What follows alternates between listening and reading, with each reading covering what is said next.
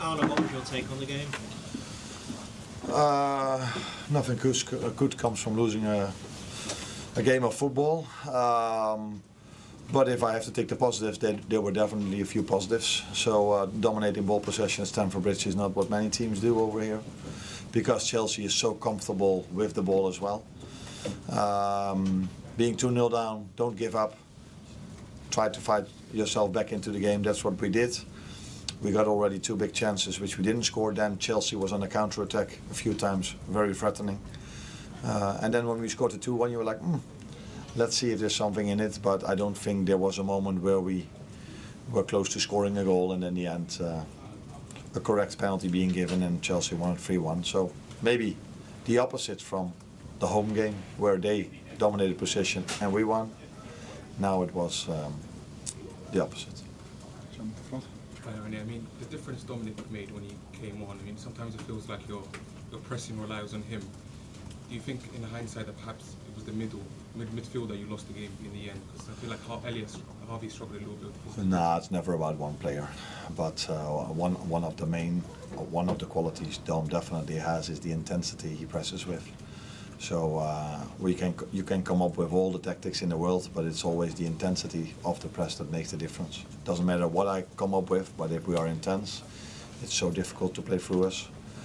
And one of the qualities Dominic has is definitely the pressing part, and that's why he played so much this season as well.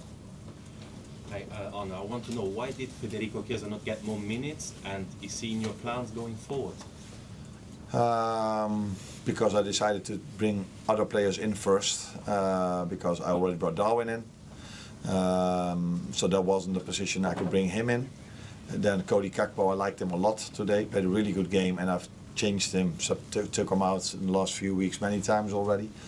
And Mo is always a player that can score a goal, so that's why I first made different substitutions, and in the end I would almost say, like people expect from me over here, is that we take an extra risk, so get a defender out, bring Federico in. That also led to us scoring a goal, but not enough time left for him to make the difference, unfortunately. Arne, did any impact on already being champions or rotating your team affect the performance today? Do you think that had an impact? That we will never know. But I think what we also saw today, a lot of things, what we've seen throughout the whole season, us playing through the high press of the opponent so many times, so many moments that we arrived in the final third. But I also saw us defending today, not that I'm used to that always, so the last percentages over there were not of our normal standards, and in the final third we are, if we come there so many times, normally we are able to create more chances. So that could mean 2 things. Either Chelsea did well in both boxes, which they did, but I think it tells us also a little bit about us. So in general, good performance, but the final percentages weren't there to win this game of football. The both goals, the lead up to both goals, a player of us slipped. So yeah, would that have happened as well if the game was on the line? Yes or no? We will never know. But the margins are small in the Premier League, especially if you play a team like Chelsea with so many quality players.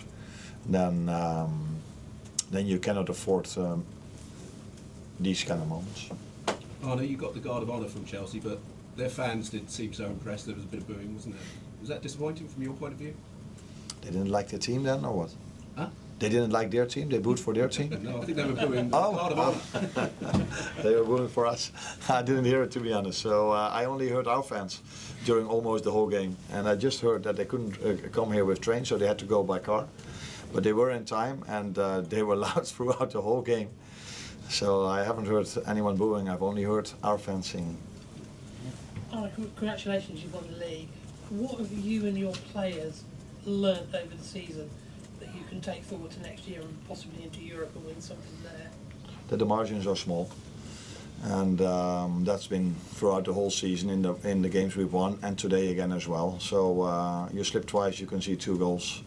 Paris Saint-Germain, incredible game, maybe the best game of our season at home, where we dominated the second half. We were just waiting for us to score a goal, which we didn't.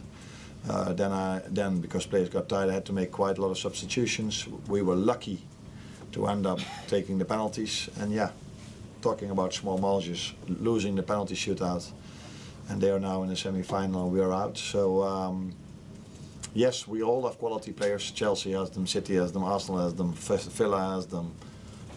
City, do I forget a few who are up there? We have so many in this league. And we have them as well.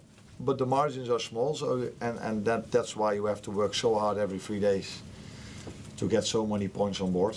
And that's what we did this season. And if we want to have any chance of competing next season, that is the minimum we need again. Thank you. I'm just asking, Chelsea a threat for next season? You think if they? I expected them to be a threat this season because they were at Anfield. They were better than us. They were so close to us. So it was a complete surprise to me that we are now 18 points clear of them, something like that. I didn't feel that at all coming when we played them. So that tells you how well we did probably. If a team like this, with so much quality and also not only in the first 11 but in the complete squad, we are able to be 18 points ahead of them is a big compliment for our players.